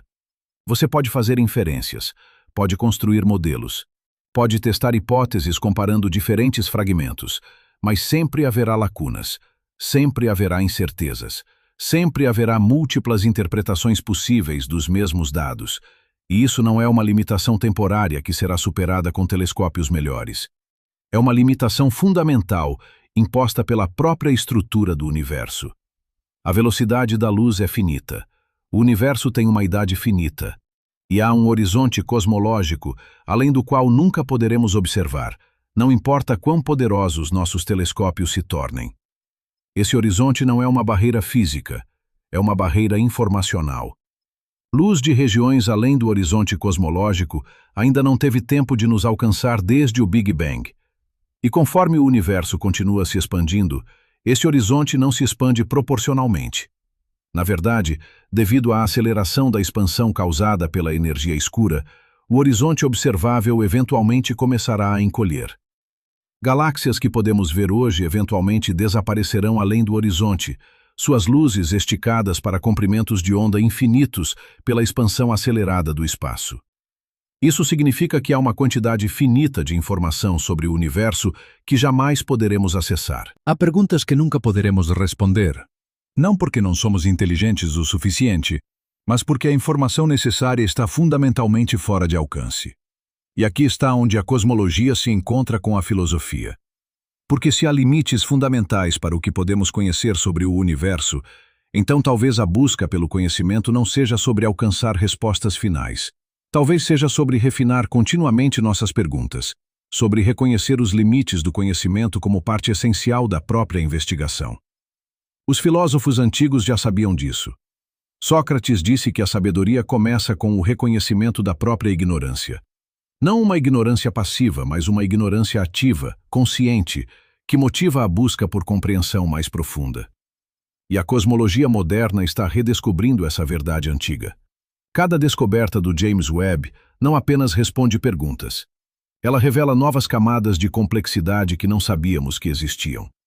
Cada galáxia massiva, cada buraco negro supermassivo, cada estrutura surpreendente no universo primitivo nos lembra que o cosmos é mais rico e mais misterioso do que nossas teorias capturam. Mas há algo profundamente belo nisso. Porque se o universo fosse simples, se pudesse ser completamente descrito por algumas equações elegantes, então a jornada de descoberta eventualmente terminaria. Chegaríamos a um ponto onde todas as perguntas foram respondidas, onde não há mais nada para aprender. Mas o universo não é simples. E talvez nunca possamos compreendê-lo completamente. E talvez isso seja exatamente o que torna a busca pelo conhecimento tão profundamente significativa. Agora considere isto. Você está em um planeta rochoso orbitando uma estrela comum em uma galáxia espiral contendo centenas de bilhões de estrelas. Essa galáxia é uma entre trilhões no universo observável. E o universo observável pode ser apenas uma pequena fração de um cosmos muito maior que se estende além do horizonte cosmológico. Nessa escala, você é infinitesimalmente pequeno. A Terra é um grão de poeira cósmico. A Via Láctea é uma entre incontáveis galáxias. E toda a história humana, desde as primeiras civilizações até hoje, é um piscar de olhos na escala do tempo cósmico. Mas aqui está o paradoxo extraordinário. Apesar dessa insignificância aparente, você é capaz de compreender o universo. Seu cérebro, uma estrutura de aproximadamente 1,4 kg contendo cerca de 86 bilhões de neurônios, pode formular equações que descrevem a expansão do espaço-tempo. Pode construir telescópios que observam galáxias a bilhões de anos-luz de distância. Pode rastrear a evolução do cosmos desde os primeiros microsegundos após o Big Bang até o presente. Como isso é possível? Como uma estrutura tão pequena pode compreender algo tão vasto? A resposta está em uma das ideias mais profundas da física moderna. O universo não é apenas grande, ele é estruturado. Ele segue leis. E essas leis são as mesmas em todos os lugares e em todos os momentos. A gravidade que faz uma maçã cair na Terra é a mesma gravidade que governa o movimento de galáxias a bilhões de anos-luz de distância. As leis da termodinâmica que descrevem como o calor flui em sua cozinha são as mesmas leis que descrevem a evolução de estrelas e a morte térmica do universo. Essa universalidade das leis físicas significa que você não precisa viajar até galáxias distantes para entendê-las. Você pode estudar física aqui, na Terra, e aplicar esse conhecimento ao cosmos inteiro. Você pode fazer experimentos em laboratórios, testar teorias com aceleradores de partículas e usar esses resultados para interpretar observações de objetos a bilhões de anos-luz de distância. E aqui está o mistério mais profundo. Por que o universo é compreensível? Por que ele segue leis matemáticas que mentes humanas podem descobrir e formular? Não há resposta óbvia para essa pergunta. É perfeitamente concebível que o universo pudesse ser caótico, sem padrões, sem leis, impossível de compreender. Mas não é. E ninguém sabe por quê. O físico Eugene Wigner chamou isso de eficácia irracional da matemática nas ciências naturais. A matemática, uma criação da mente humana, descreve o universo físico com precisão surpreendente. Ecuações formuladas por matemáticos puros, sem qualquer aplicação prática em mente, frequentemente se revelam essenciais para descrever fenômenos físicos descobertos décadas ou séculos depois. A geometria não euclidiana, desenvolvida no século XIX como um exercício matemático abstrato, tornou-se a linguagem da relatividade geral de Einstein. A teoria de grupos, uma área da matemática pura, tornou-se fundamental para a mecânica quântica e o modelo padrão de física de partículas. Padrões matemáticos que existem apenas como conceitos abstratos aparecem repetidamente na estrutura do universo físico. Por quê? Ninguém sabe. Talvez a matemática não seja uma invenção humana, mas uma descoberta. Talvez os padrões matemáticos existam independentemente de mentes humanas, e nós simplesmente os descobrimos. Ou talvez a mente humana evoluiu de tal forma que naturalmente reconhece padrões que existem no universo, porque reconhecer esses padrões conferiu vantagens evolutivas. Mas essas explicações apenas empurram o mistério a um nível mais profundo. Por que o universo tem padrões? Por que ele é ordenado em vez de caótico? Por que as leis da física são as mesmas em todos os lugares? E aqui chegamos ao limite do que a ciência pode responder. Porque a ciência opera dentro do framework das leis naturais. Ela assume que o universo é ordenado, que experimentos são reproduzíveis, que as mesmas causas produzem os mesmos efeitos. Mas não pode explicar por que essas suposições são válidas. Não pode explicar por que há leis naturais em vez de caos. Essas são questões filosóficas, não científicas. E reconhecer isso não é uma fraqueza da ciência. É uma clareza sobre seus limites e seu escopo. A ciência é extraordinariamente poderosa dentro de seu domínio. Ela pode descrever como o universo evoluiu, como galáxias se formaram, como estrelas nasceram e morreram. Mas não pode responder por que há um universo em vez de nada. Não pode responder por que as leis da física são o que são. Não pode responder se há significado ou propósito na existência. E talvez essas perguntas não tenham respostas científicas. Talvez sejam perguntas que cada pessoa precisa responder por si mesma, através da filosofia, da arte, da experiência vivida. Mas aqui está o que a ciência pode fazer.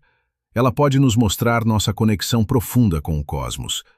Pode nos lembrar que os átomos em nossos corpos foram forjados em estrelas que morreram há bilhões de anos. Que o carbono em nosso DNA, o cálcio em nossos ossos, o ferro em nosso sangue, todos foram criados em fornalhas nucleares estelares e espalhados pelo espaço em explosões de supernovas. Você não está apenas no universo, você é feito do universo. Você é uma maneira pela qual o cosmos se tornou consciente de si mesmo. Você é poeira estelar contemplando estrelas. E quando você olha para o céu noturno, quando vê a luz de galáxias distantes capturada pelo James Webb, você está participando de algo extraordinário. Você está testemunhando a história do universo. Você está vendo luz que viajou por bilhões de anos através do vazio cósmico para alcançar seus olhos neste momento preciso. Essa luz carrega informações sobre como o universo era quando era jovem, sobre como as primeiras galáxias se formaram, sobre como estrelas nasceram e morreram, sobre como a matéria se organizou em estruturas cada vez mais complexas ao longo de bilhões de anos. E você, um ser consciente feito dessa mesma matéria, pode interpretar essa luz, pode extrair significado dela. Pode usar seu cérebro, uma estrutura emergente de complexidade inimaginável, para compreender processos que ocorreram bilhões de anos antes de você nascer. Isso não é apenas ciência. É uma forma de conexão profunda com o cosmos. É uma maneira de transcender os limites do tempo e do espaço através do pensamento e da compreensão. Mas há algo que ainda não sabemos. Algo que talvez nunca saibamos completamente. Não sabemos o que é a matéria escura. Sabemos que ela existe porque observamos seus efeitos gravitacionais, mas não sabemos do que é feita. Não sabemos se é composta de partículas, e se for, que tipo de partículas. Não sabemos se interage consigo mesma de maneiras que ainda não detectamos. Não sabemos se há múltiplos tipos de matéria escura com propriedades diferentes.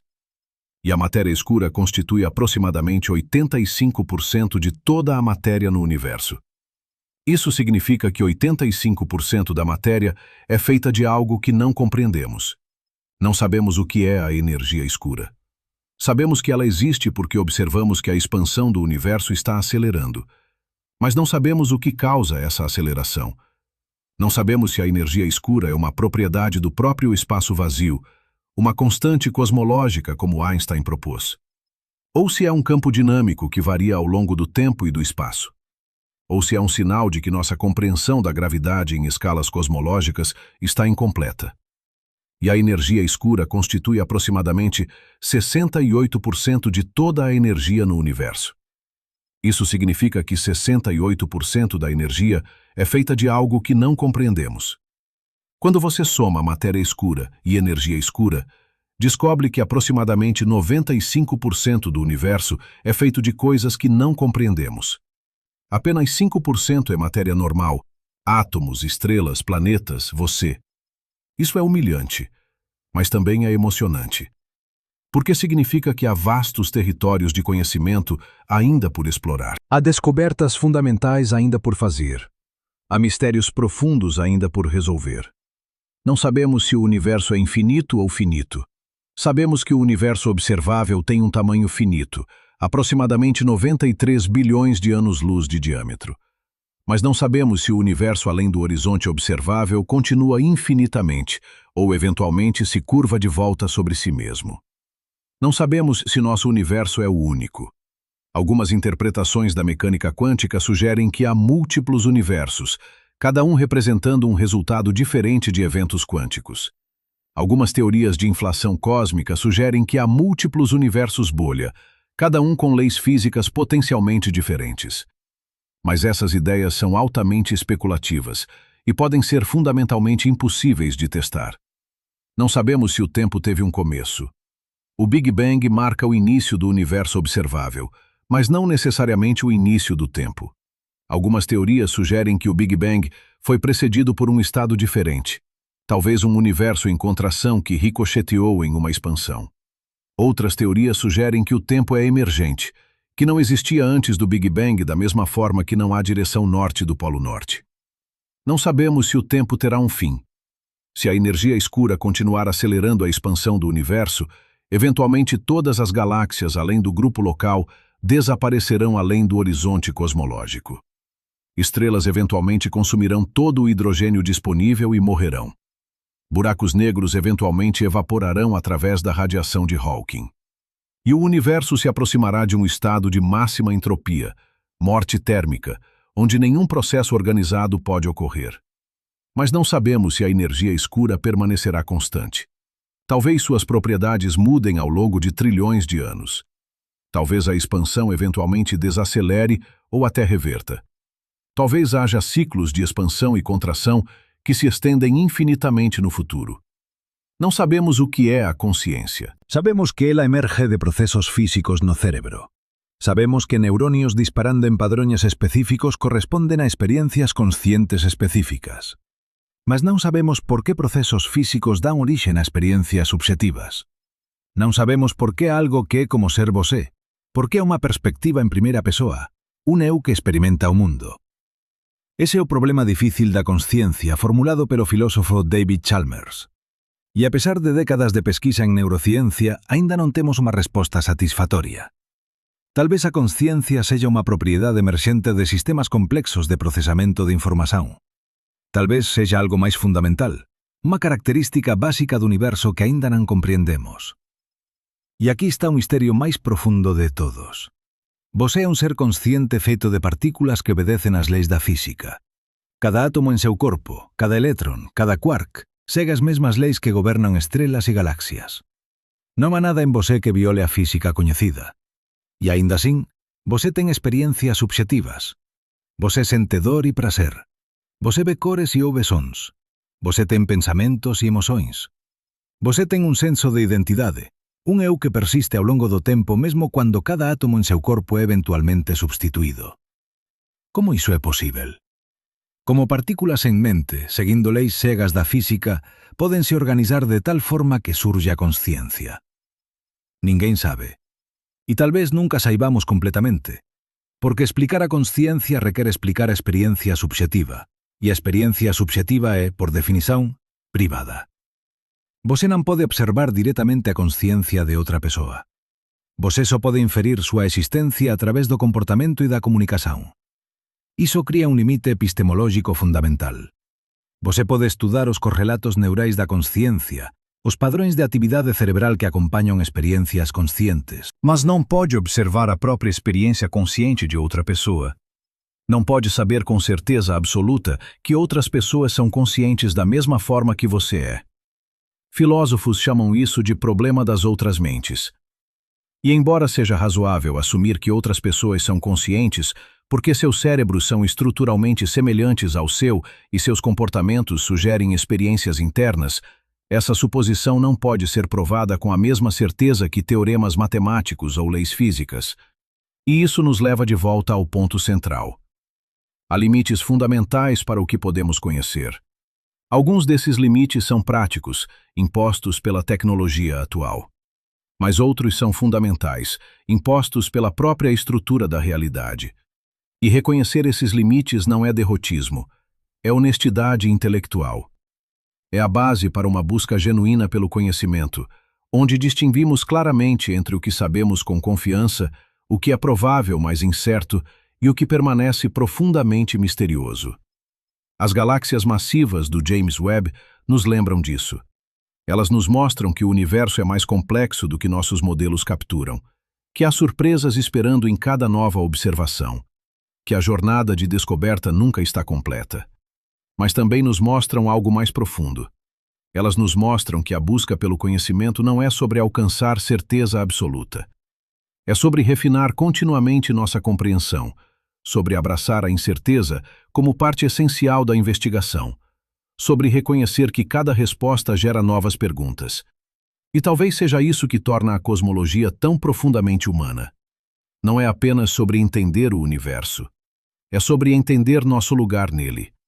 Sobre reconhecer tanto nossa insignificância cósmica quanto nossa capacidade extraordinária de compreensão. Sobre aceitar que somos parte do universo tentando entender a si mesmo. Lembra como começamos? Com a pergunta provocativa. O James Webb destruiu a teoria do Big Bang? Agora você sabe a resposta. Não apenas a resposta superficial, que é não, mas a resposta mais profunda. O Webb não destruiu nada. Ele iluminou. Ele revelou complexidades que não previmos. Ele desafiou nossos modelos de formação galáctica. Ele nos forçou a refinar nossa compreensão de como a matéria se organizou no universo primitivo. Mas mais importante, ele nos lembrou de algo fundamental sobre a natureza da ciência. Ciência não é um conjunto de verdades imutáveis. É um processo de refinamento contínuo, onde observações inesperadas forçam revisões de modelos teóricos. É uma jornada sem fim de descoberta, revisão e refinamento que nos aproxima, passo a passo, de uma compreensão mais profunda da realidade. E nessa jornada, cada um de nós tem um papel. Não apenas cientistas em laboratórios e observatórios, mas cada pessoa que olha para o céu noturno e se pergunta sobre nosso lugar no cosmos. Cada pessoa que busca compreender, que questiona, que se maravilha com a complexidade e a beleza do universo. Porque no final, a cosmologia não é apenas sobre galáxias distantes e equações abstratas. É sobre nós, sobre de onde viemos, sobre para onde estamos indo, sobre o que significa existir em um universo tão vasto e tão antigo que desafia a compreensão completa. E talvez a pergunta mais importante não seja se o James Webb destruiu a teoria do Big Bang. Talvez seja o que essas descobertas revelam sobre os limites e as possibilidades do conhecimento humano. O que elas nos ensinam sobre como buscar a verdade em um universo que sempre terá mais mistérios do que respostas. Essas são perguntas que cada um de nós precisa responder por si mesmo. Não através de equações ou observações, mas através da reflexão sobre o que significa ser um ser consciente em um cosmos que nos precede por bilhões de anos e nos sucederá por trilhões mais. Você é a poeira estelar que se tornou consciente. Você é uma maneira pela qual o universo contempla a si mesmo. E neste momento, enquanto você processa essas palavras, você está participando de algo extraordinário. Você está conectando sua mente finita à vastidão infinita do cosmos. Você está reconhecendo tanto sua insignificância quanto sua singularidade. E talvez isso seja suficiente.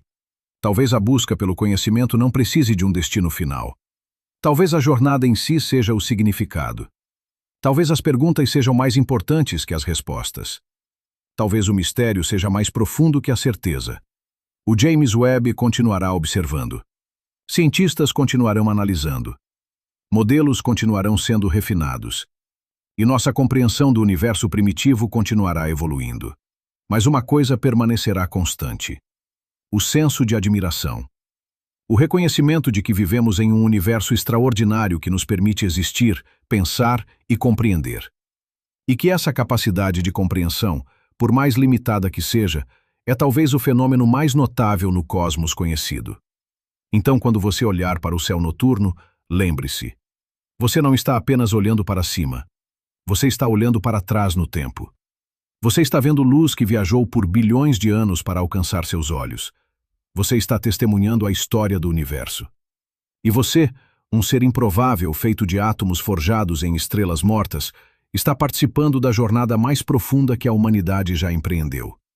A jornada para compreender de onde viemos, para onde vamos, e o que significa existir em um universo tão vasto que desafia a imaginação. Essa jornada nunca terminará. Sempre haverá novos horizontes para explorar, novos mistérios para desvendar, novas perguntas para formular. E talvez seja exatamente isso que torna a existência tão profunda.